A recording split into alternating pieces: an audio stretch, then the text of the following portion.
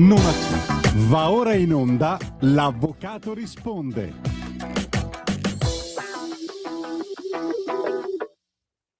Buonasera, a voi la linea. Grazie Natalia, buonasera a tutti dall'Avvocato risponde. Oggi, come se non bastasse, non ci sono solo io, non c'è solo Massimo, ma c'è anche l'Avvocato Russo. Buonasera a tutti. Ciao. Ci siamo collegati e speriamo che ci sentiate bene. Sì. Dunque, allora, Massimo, ci senti? Sì, io benissimo. Perfetto, ottimo.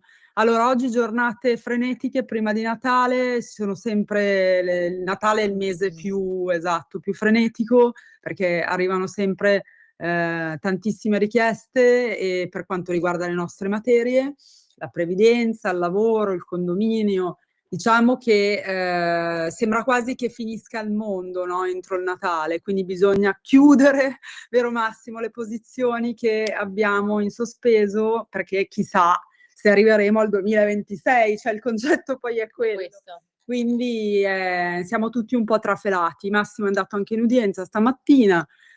Stavo controllando, perché oggi siamo qua, dovete sapere, signori, da remoto, perché stavamo aspettando, quindi siamo su Radio Libertà, stavamo aspettando la sentenza di Salvini, quindi eravamo un pochettino, ci hanno messo un po' in allerta, ma io apprendo ora che è stata rinviata al 17, quindi da quello a quanto apprendo, quindi qualche telespettatore che fosse in attesa anche lui, diamo questa notizia che è una notizia che sto apprendendo adesso da internet, quindi da verificare ancora con fonti attendibili, però c'è stato questo rinvio al 17, quindi tu quindi 17 settimana prossima. Esatto, è stata rinviata su una praticamente in disposizione dell'avvocato Buongiorno, che ha chiesto un differimento, non ho ben capito cosa, adesso è proprio roba di qualche minuto fa, insomma, quindi è la notizia che volevamo dare.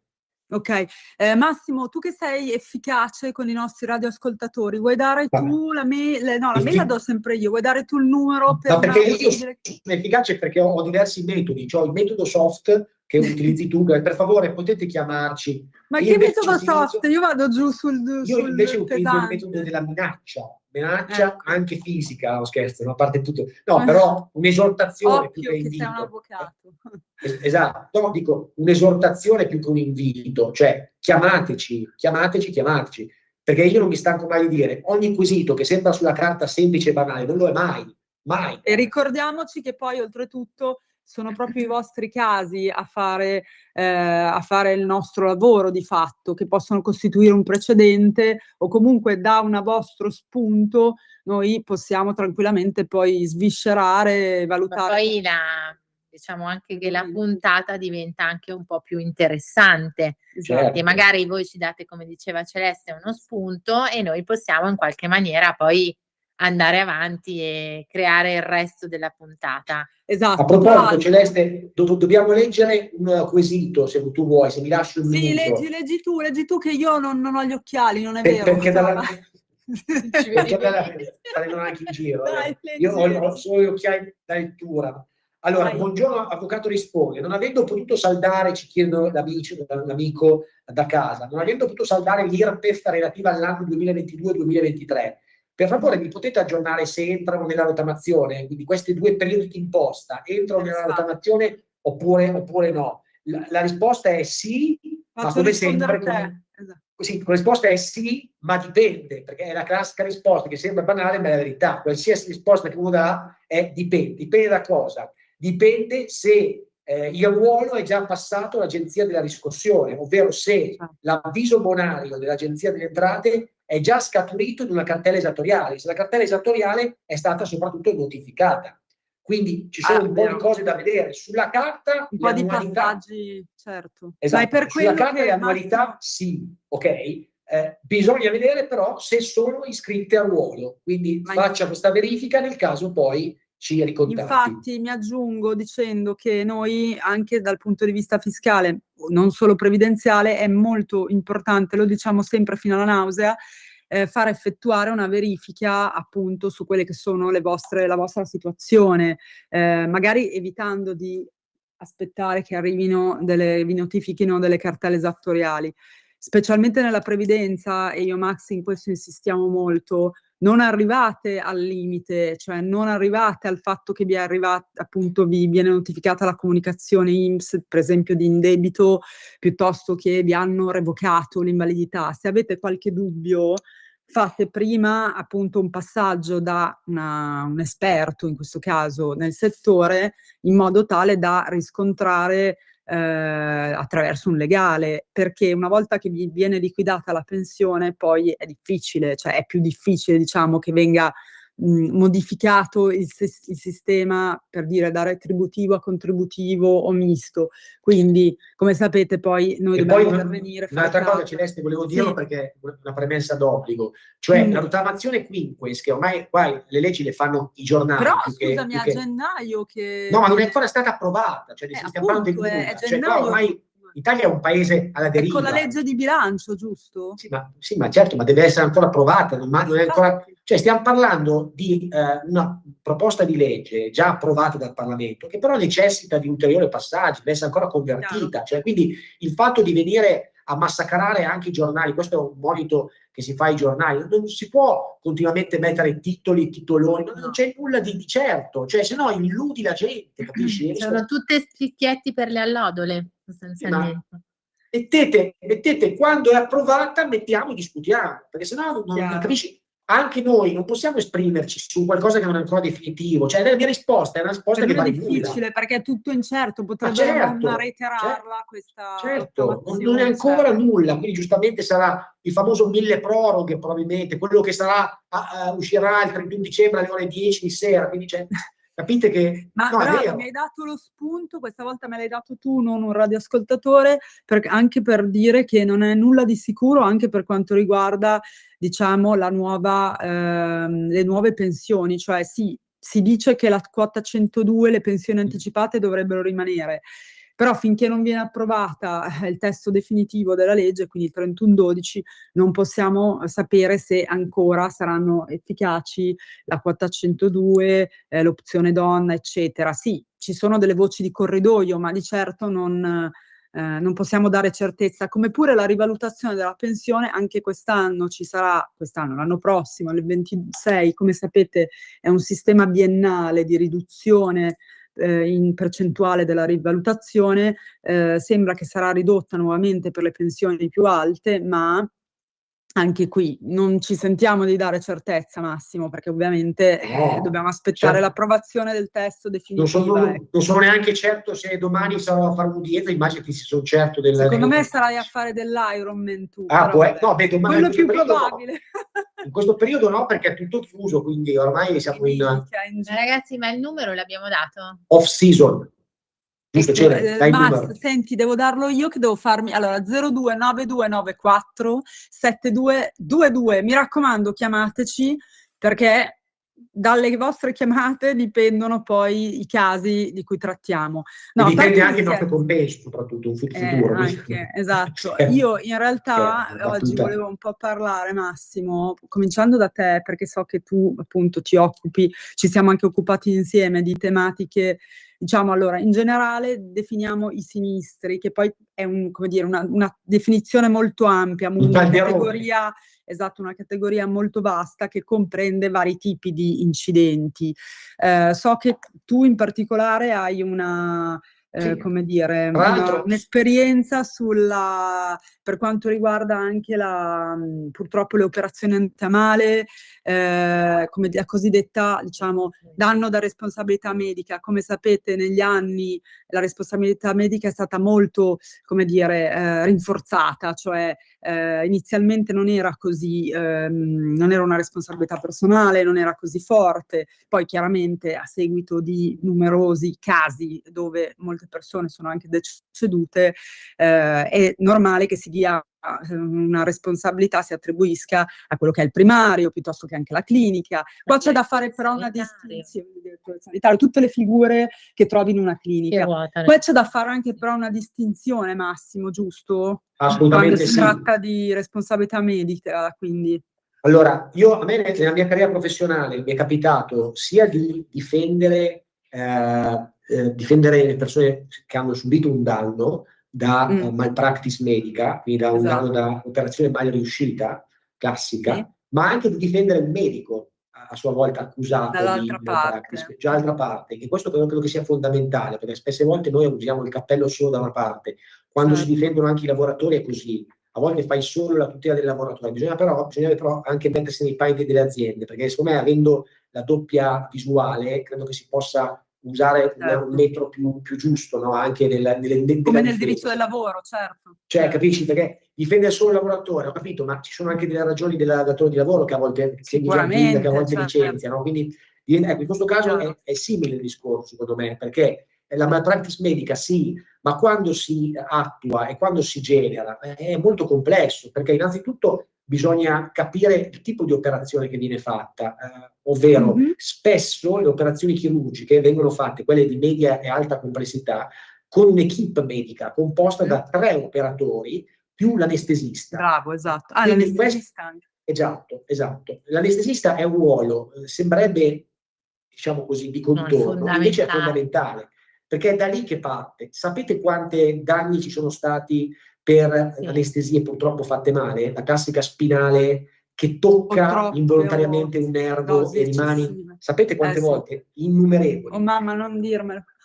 No, non dirmelo, capito? No, nel senso che purtroppo capita, è vero. Io sono andato sotto i ferri tante volte, ma fa parte dell'errore umano, non dovrebbe mai succedere, ma avere la pretesa e la supposizione che non succeda è dire il falso. Può succedere, certo. deve essere limitato pressoché allo zero l'errore, ma purtroppo capita. Quindi la prima cosa è individuare l'agente che ha commesso la malpractice. Però non è sufficiente, perché spesso è colpevole anche l'altro membro dell'equipe che, secondo la norma, doveva rendersi conto usando le norme di diligenza, ovvero se durante un'operazione di postura davanti a un'operazione chirurgica il primo operatore, che è quello che opera, sbaglia l'operazione, ma il secondo operatore, che è quello che magari doveva fare l'opera di divaricamento, magari si opera il ginocchio, la deve spostare, compie, tra virgolette, pone il paziente in modo sbagliato, è responsabile anche lui, ovviamente sto semplificando. Quindi spesse volte entra nella responsabilità tutta l'equipe medica, se appunto non si riesce a provare che l'errore è fatto solo da una persona, cosa che è molto difficile in un'operazione di questo tipo. Viceversa, quando invece le mani le mette solo un medico, difficile ormai, perché c'è sempre l'equipe, c'è sempre un'equipe. Esatto, quindi già è un primo cosa. Di solito si risponde per lesioni di natura civilistica, potrebbe anche scaturire una natura penale, qualora ci sia una responsabilità colposa, personale penale, volontaria, con colpa cosciente. Sì. No? Negli ultimi anni la legge che ha, appunto, come dicevo, stretto le maglie sulla responsabilità sia del medico che della struttura sanitaria è la legge Gelli-Bianco, giusto? Gelli-Bianco, bravissima, che dà a maggior ragione anche delle tutele maggiori al medico, quando per esempio opera nelle strutture convenzionate con la pubblica amministrazione. Ecco, cioè, bravo. Quando opera in una struttura, che spessissimo accade così, la classica clinica privata c'è ancora, però spesso è la clinica privata convenzionata con la mutua, quindi vuol dire che l'operazione è convenzionata con lo Stato, quindi il paziente non paga. In questo caso il medico prima non le aveva la tutela, il medico adesso ha la tutela, lo stesso della compagnia assicurativa dell'ospedale in cui opera, quindi ha una copertura e a maggior ragione... Massimo, scusami, una domanda, ma nel momento in cui io ritengo da assistito futuro, probabile, eventuale assistito di un avvocato, di aver subito un danno da responsabilità medica, cioè cosa dovrei fare? Questa è una domanda giustissima, Teresa, che mi hai fatto sapendo già quello che volevi fare, che però giustamente ti sei messa nei panni dell'ascoltatore. È giusto, voglio dire, il paziente danneggiato. Sì, esatto. Cioè, che cosa fare? Innanzitutto cominciare a raccogliere la documentazione, prima poi di passare alla pratica legale. Già autonomamente si può richiedere la famosa cartella clinica e soprattutto verificare che le classiche procedure diciamo così, mediche siano state attuate. Ovviamente questo è un lavoro che fa l'avvocato dopo, ma sicuramente il paziente danneggiato di sua sponte può già richiedere i documenti. Attraverso un accesso agli atti pubblici oppure privati si fa dare tutto il dossier. Così poi contatta l'avvocato e magari l'avvocato è pure facilitato perché il cliente gli porta già i documenti. Certo. Facendo quello, l'avvocato credo che necessariamente in questi casi deve farsi assistere da un medico legale, perché deve capire, ovviamente. Altra figura fondamentale, il medico Figura legale, fondamentale, il medico perché legale. deve vedere se effettivamente c'è o no una possibile responsabilità.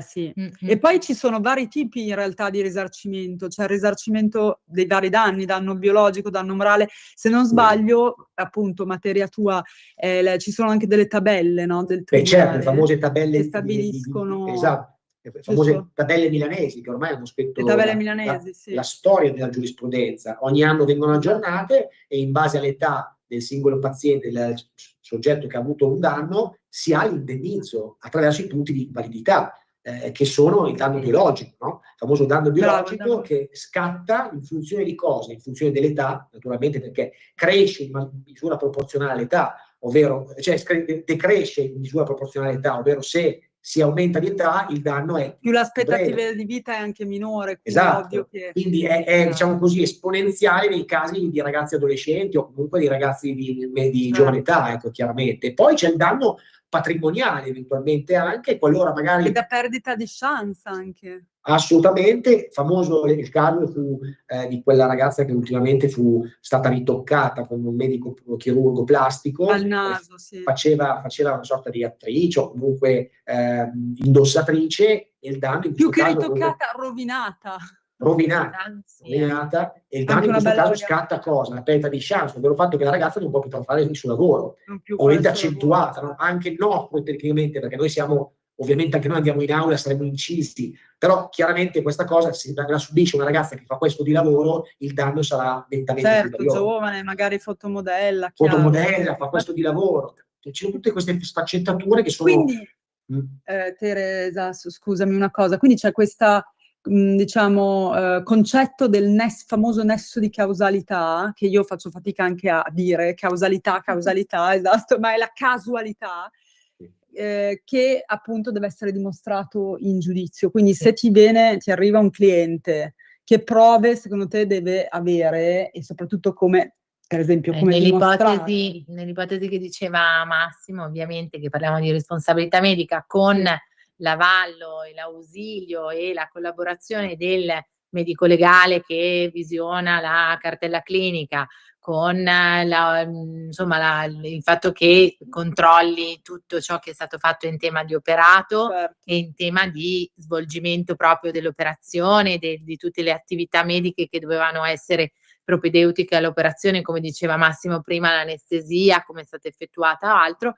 Poi è importante comprendere qual è proprio l'aspetto legato alle prove che quindi vengono assunte nel caso del danno che viene eventualmente quantificato poi successivamente, ma che viene in questo caso esiste e quindi c'è questo danno. Bisogna comprendere se questo danno è stato causato da quell'agente, e lì cioè dalla sequenzialità temporale, chiaramente. Decisamente. Cioè, cosa vuol dire? Che non è che il paziente o il cliente può presentarsi 5 anni dopo, 4 anni dopo l'operazione è venuta male, sbagliata. Perché eventualmente è chiaro che viene meno il nesso. Decisamente, perché magari l'operazione è andata bene, ma come pregresso questa persona aveva una problematica che non può essere connessa o annessa all'intervento,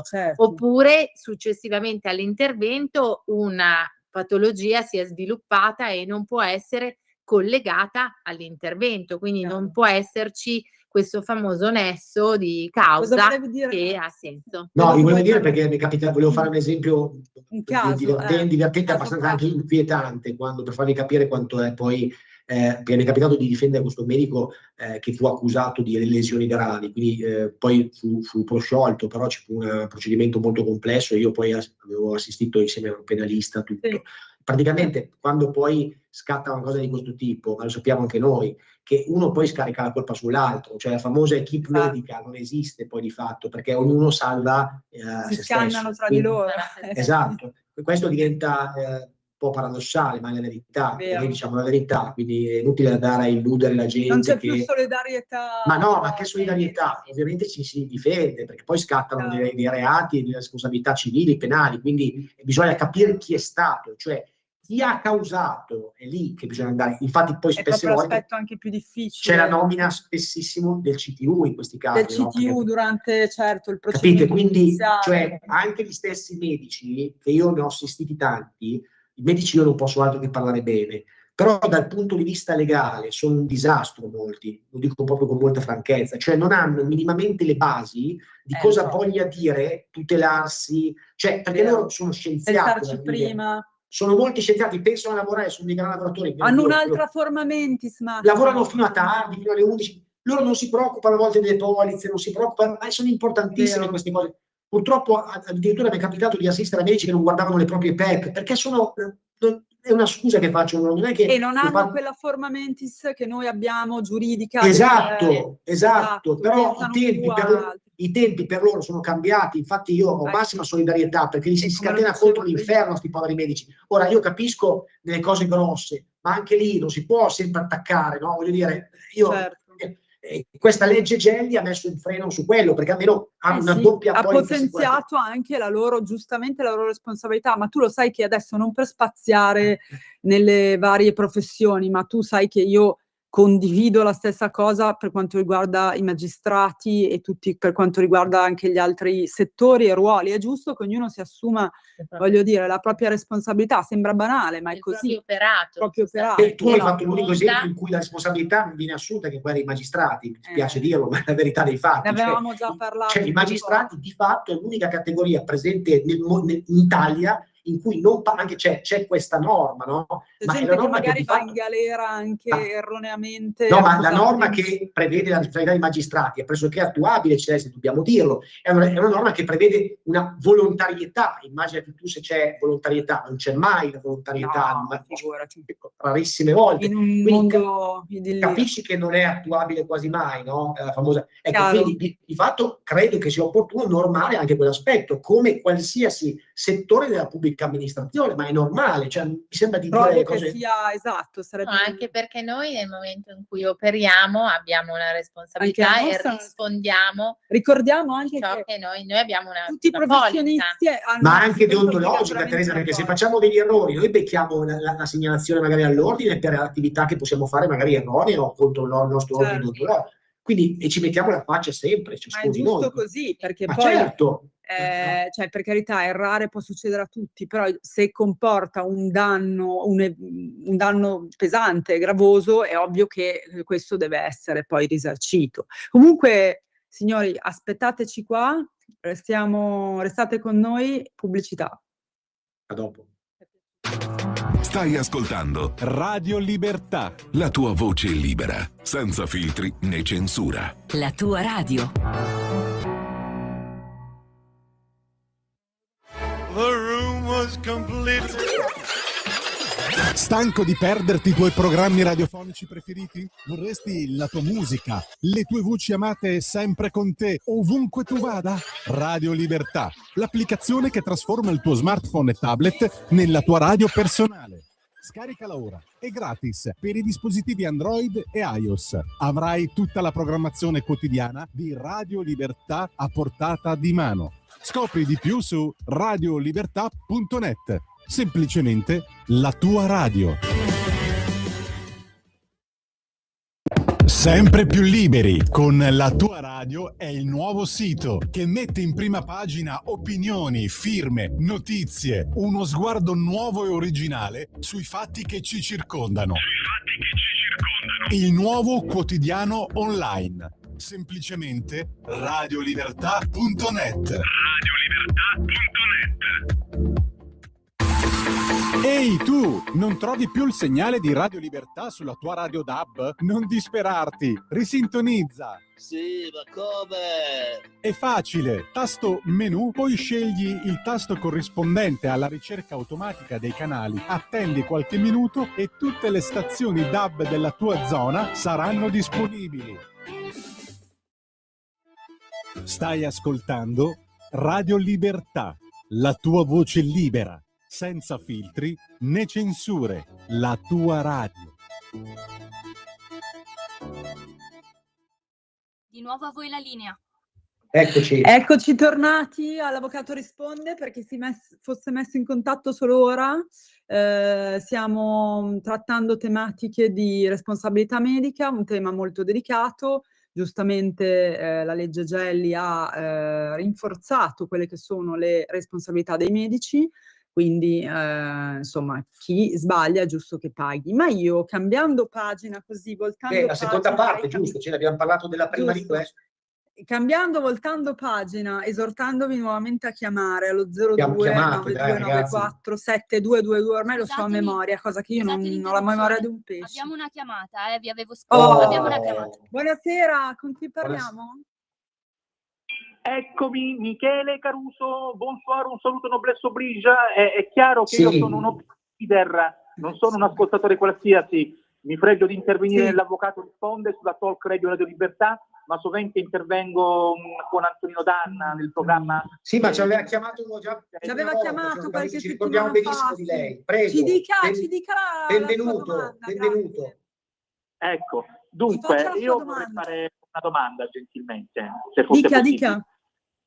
Ecco, state parlando di malasanità, no? Sì. Ecco, io vorrei sapere quale ora fosse possibile, ecco, al fine di ottenere risarcimento danni, risarcimento danni, mi sente? Sì, prego, vada. Vada, parli. Ecco, no, perché pensavo non mi sentisse. Dicevo, qualora io volessi ottenere un risarcimento danni per un errore medico, mi devo avvalere di un avvocato di fiducia che sia naturalmente del caso. Non abbiamo capito. Quindi deve andare dall'avvocato di fiducia Beh, direi che niente, basta. Una domanda forse che non ha ascoltato la nostra parte. No, nel senso, è chiaro che deve andare dall'avvocato di fiducia. È chiaro che l'avvocato di fiducia deve essere specializzato in una cosa di questo. Sì, deve aver fatto già ovviamente Le consigliamo di non andare da un avvocato urbanista. Giusto? Esatto. Comunque, detto ciò, io ricordo che chi volesse vedere la puntata nuovamente, magari si è perso la prima parte, lo so, può tranquillamente riguardarla o sul sito di Radio Libertà o sui social, sui canali social, su Facebook, quindi potete eventualmente ricostruire quanto detto nella prima parte. Invece io volevo una parentesi un po', diciamo, un po' così ilare. So che ieri io e Massimo, che eravamo in studio insieme, abbiamo, passando poi al tema previdenza, che è la mia materia, abbiamo incontrato un simpatico, interessante, diciamo, cliente che aveva, tuttora perché non è ancora chiuso, un'azienda che si occupava di mettere scenografie, diciamo, fare installazioni per grandi programmi TV, e Massimo si è illuminato a un certo punto quando questo signore ha detto di essere stato lui, diciamo, uno degli autori, esatto, del famoso drive-in. Allora lì ho capito che Massimo era un fan di questo, grandissimo pur essendo fan, piccolissimo. Diciamo che tra drive-in, colpo grosso.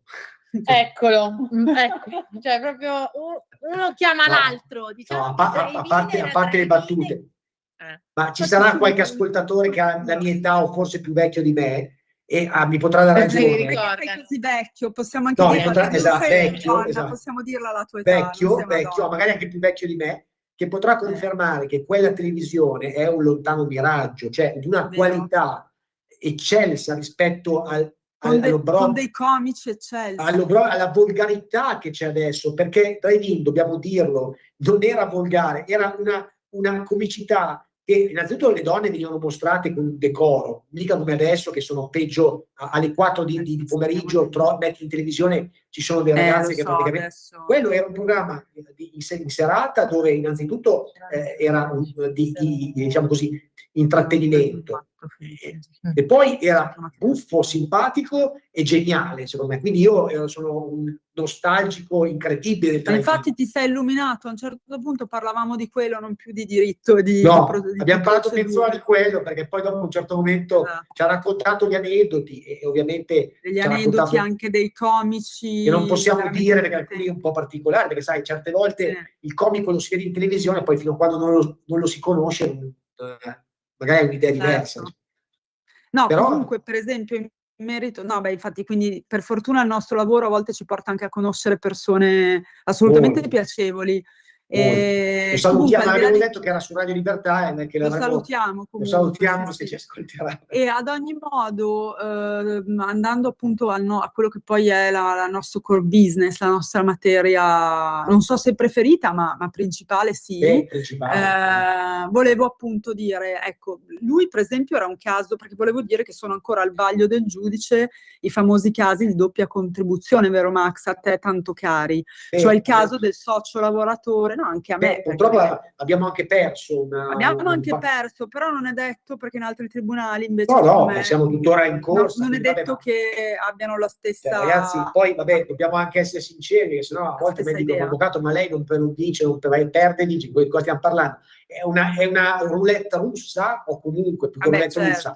È un qualcosa che ovviamente ci sono le vittorie. Non possiamo neanche garantire vittorie e certezza, noi possiamo dare, come dire, delle indicazioni, degli elementi per fare causa o meno, chiaramente basandoci su fondati, basandoci su casi precedenti, basandoci sulla dottrina, più che altro sulla giurisprudenza, però chiaro che ricordiamo sempre a tutti che noi non è che possiamo ovviamente. Noi non abbiamo la certezza dell'alea.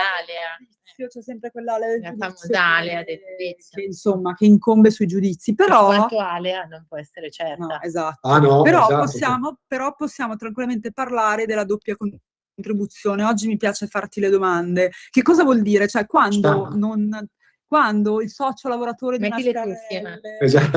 Ascolta Max Pezzali. Tipo Mike Bongiorno.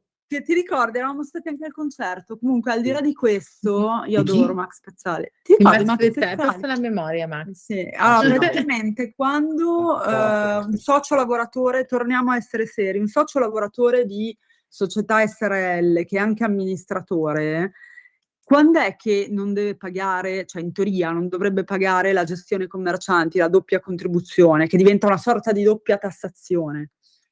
Allora, diciamo che innanzitutto bisogna stare molto attenti quando già si costituisce la società, perché se già la costituisci, che tra virgolette tu ti sei già iscritto, come purtroppo abbiamo visto in tantissimi casi, in cui i miei colleghi commercialisti a volte sono troppo prudenti, io dico un po' nella vita bisogna rischiare, tra virgolette, non fraintendetemi, sto dicendo che dobbiamo rappresentare alla persona che assisti anche una strada un pochettino più coraggiosa, perché se paghiamo tutto quello che c'è da pagare, a parte che, come diceva il ministro Nordio, se assodiamo 10 commercialisti, tutti e 10 ti danno una risposta sbagliata uno dopo l'altro, perché le norme sono talmente complesse che.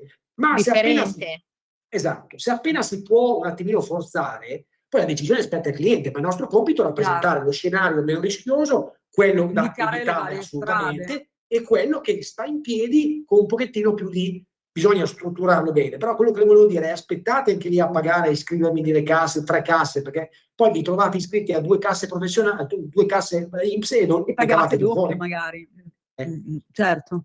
Quindi la classica esempio in cui non versare la cassa gestione commercianti è quando il socio amministratore della SRL, sentite bene, non lavora in forma prevalente nella SRL. Quindi se avete una società con una struttura, come spesso accade, 5-6 dipendenti, non la dovete versare sta cassa benedetta. Non la potrà dimostrare che non è la vostra attività prevalente. Ecco, brava.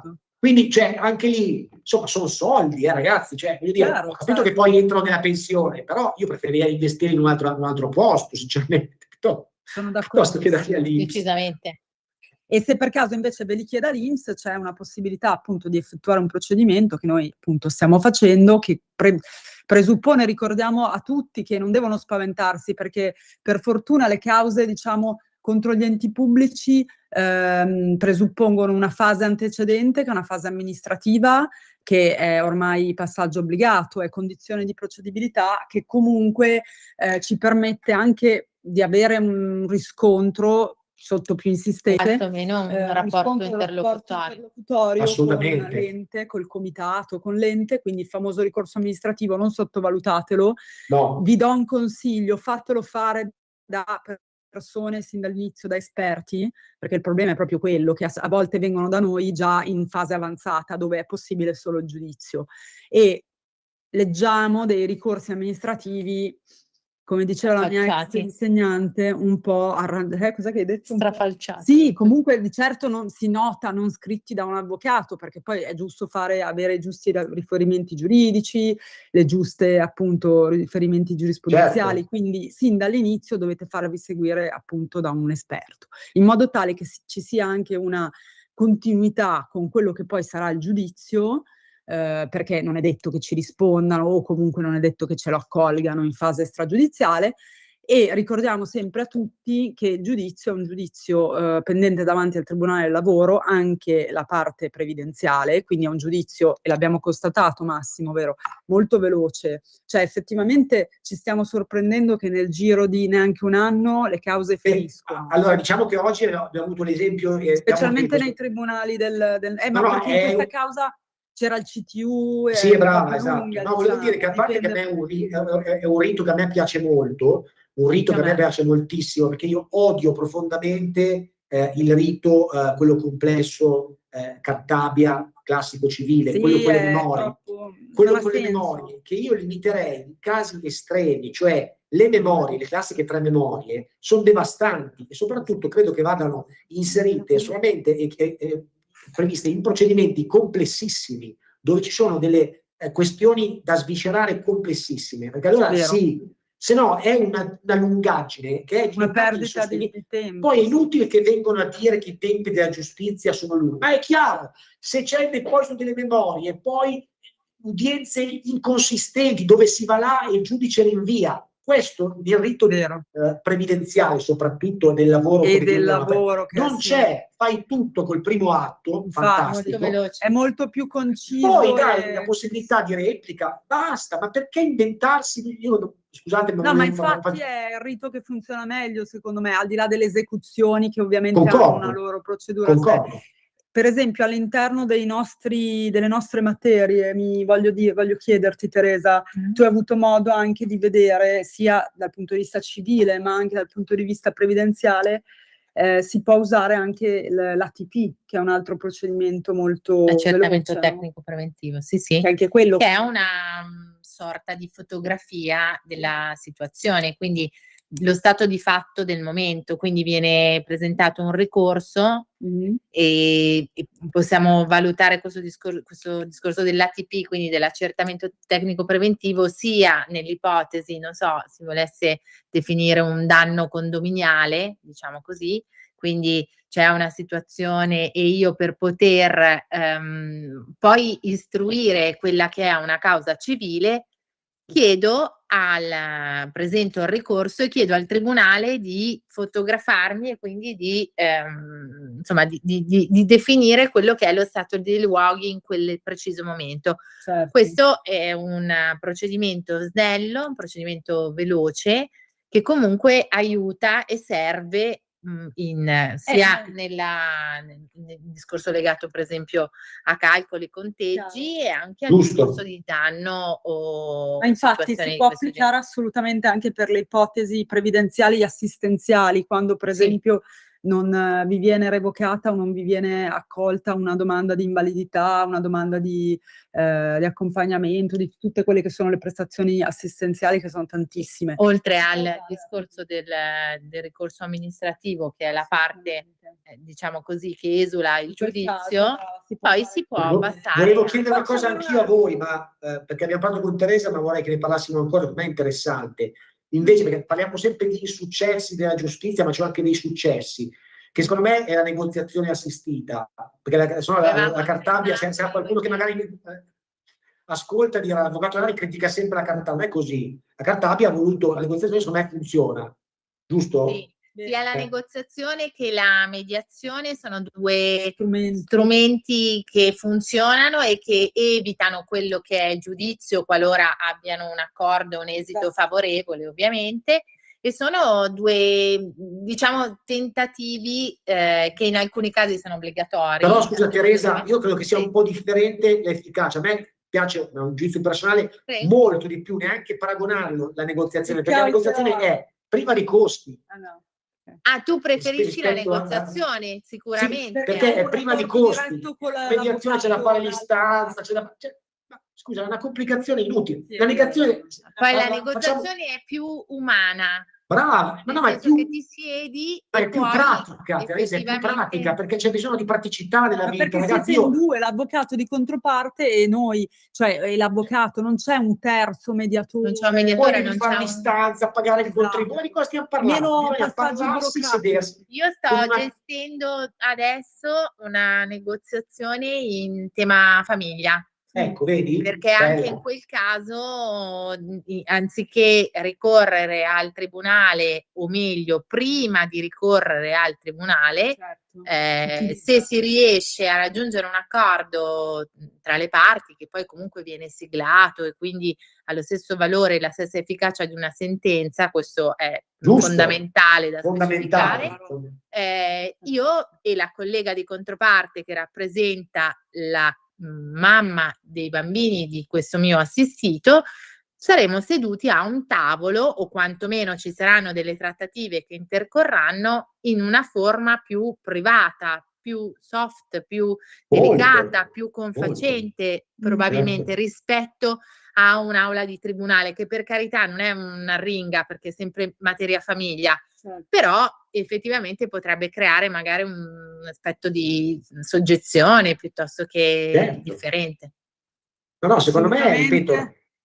E poi aspetta, fammi fare un'altra domanda, che so che io vado a centrarti i punti. Allora, questo per quanto riguarda le fasi stragiudiziali, sposo... Quello che oggi è proprio vendicativa, diciamo. Non lo so, oggi è particolarmente vendicativa, perché oggi dovete sapere che oggi è bella tranquilla perché non ha fatto un'ora di macchina per venire alla radio, quindi è bella rilassata. L'altra volta si è sparata 45 minuti a venire in radio, non c'hanno l'altra volta si è sparata 45 minuti, cioè ragazzi c'era da scappare, era nervosissima. La Iena Ribens. Io ho detto lascio, certo, lui arriva in motorino, mai nato e bandiera bianca.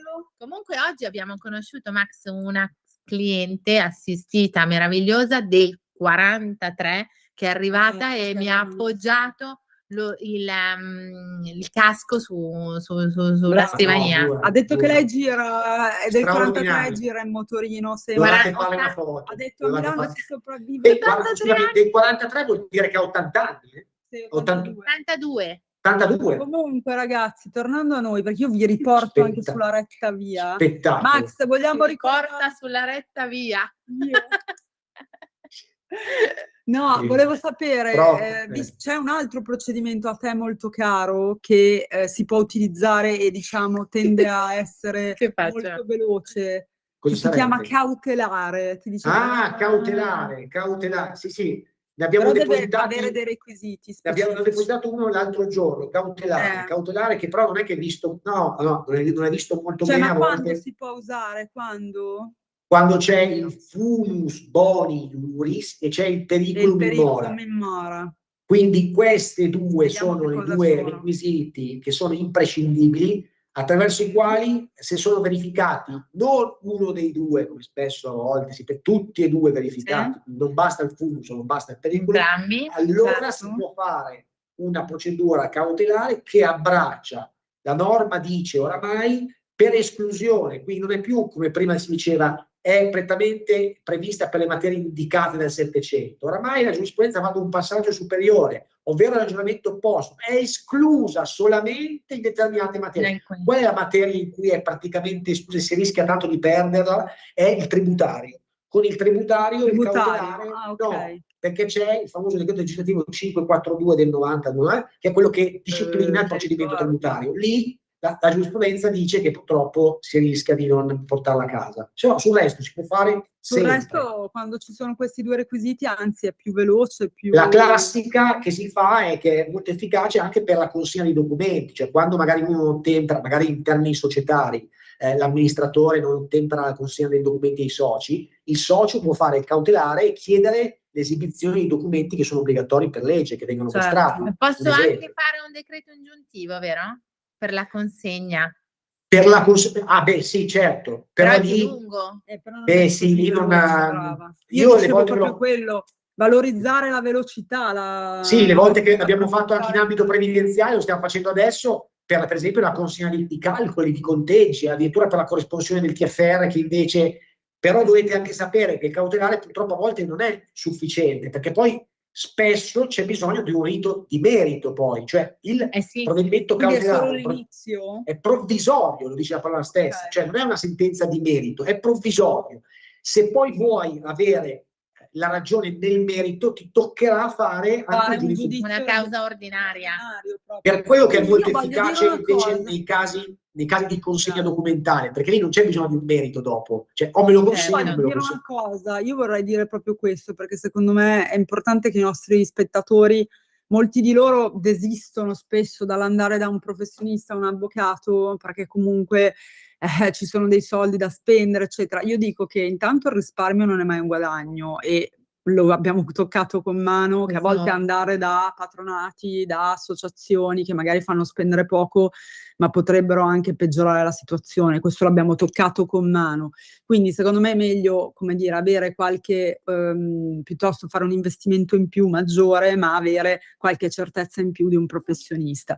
E poi non spaventatevi per le possibili, cioè, come dire, cause che vi possono riguardare, perché appunto abbiamo visto che ci sono gli strumenti intanto alternativi alle cause, e poi non è detto che si deposita la causa giusto per, tra virgolette, anche un po' c'è già capitato, provocare l'avversario, ma magari in prima udienza poi avere una possibilità di trattativa, quindi non è neanche detto che si giunga, come dire, alla sentenza, ecco. Il bello spesso è che si può anche chiudere una in via... forzatura per ottenere, poi magari si chiude nel corso, cioè adesso capita tante volte. Quindi comunque... non è detto in realtà, cioè non è che dobbiamo subirci e sobbarcarci anni, come magari poteva essere un tempo, e grandi costi. Per quanto riguarda i costi, ci sono comunque delle tariffe... modesti, perché possiamo dirlo. Rispetto al giudizio di merito, possiamo andare tranquillamente a dire i numeri, perché tanto sono parametri. Siamo intorno ai 6.000 euro per un giudizio con causa indeterminata, valore indeterminato, da tabelle forensi, non diciamo niente di tabelle forensi, circa 6.000 euro contro un giudizio di merito di 10.000, quindi capite bene che insomma c'è un grande risparmio. Una differenza di costo, ma infatti secondo me, cioè, non ci sono più scuse. Chi ha una problematica, lo diciamo sempre, la tempestività fa tanto, rivolgetevi all'avvocato, anche perché poi ricordate che c'è sempre un discorso di decadenza e prescrizione, non sempre si può far valere. Sono dei termini che purtroppo una persona ritiene di poterli, cioè che non gli servano, che comunque non debbano essere conteggiati. In realtà i termini fanno la differenza, il tempo fa la differenza, e quindi è necessario avere anche la prontezza, cioè mi succede questa cosa, quantomeno mi informo, quantomeno con tutta la documentazione mi reco da un avvocato, chiedo un parere, chiedo un consulto, e poi... Lo diciamo sempre, cioè la valutazione preventiva che noi facciamo e che spesso viene vista male perché sembra che l'avvocato voglia non da subito al dunque, ma ti voglia subito chiedere un compenso per un semplice parere. No, semplice parere per niente, perché anzi è proprio quello che fa la differenza per capire se ci si può muoversi oppure no. Come puoi muoverti. Spesso ci sono anche diverse strade, come abbiamo appena detto, quindi il parere iniziale o comunque la consulenza iniziale è fondamentale, specialmente anche nel tempo è fondamentale, quindi fatela il prima possibile. Quando vi arriva, nel caso delle comunicazioni INPS, quando vi arrivano, o dell'Agenzia delle Entrate, immediatamente recatevi da un avvocato, assolutamente. Certo. Questo è il mio consiglio. Poi ecco. No, è un aspetto fondamentale. Sembra, cioè, noi continueremo a ripetervelo, ma proprio perché anche la natura preventiva di un eventuale consiglio o parere, perché voglio per assurdo intavolare un discorso, voglio muovermi, voglio fare questo, come posso farlo e posso farlo soprattutto? Quali sono le strade che posso percorrere? Noi lo consigliamo nella previdenza, chiaramente anche chi deve andare in pensione, eccetera, ma anche nella pianificazione fiscale o quando magari uno vuole aprire un'attività piuttosto che una partita IVA. Cioè, per assurdo anche quando voglio vendere un immobile, ho bisogno di un contratto con l'agenzia immobiliare, lo faccio visionare al legale piuttosto che... Tu dici il cautelare, Teresa? No, dico l'idea di farsi fare avere un parere da un avvocato, quindi ho intenzione di fare qualcosa, di acquistare un immobile, vado da un'agenzia immobiliare che mi fa vedere una proposta di acquisto che devo sottoscrivere, non sono certa di questa sottoscrizione, chiedo un parere per potermi muovere. Sicuramente sì, Teresa, perché comunque anche un preliminare, una banale scrittura privata, sapete quante cause mi sono capitate sulla campana confermatoria? Ti interrompo, ma la regia mi dice che se no si interromperà, volevamo salutare, se no si interrompe la chiamata. È vero, perché siamo su 2 chiamate. Siamo su chiamate, ci vedremo presto la sede di Radio Libertà per la puntata prenatalizia. E la compagnia. Buona serata a voi, baci a tutti. Grazie a tutti. Ciao Natalia. Avete ascoltato L'Avvocato risponde.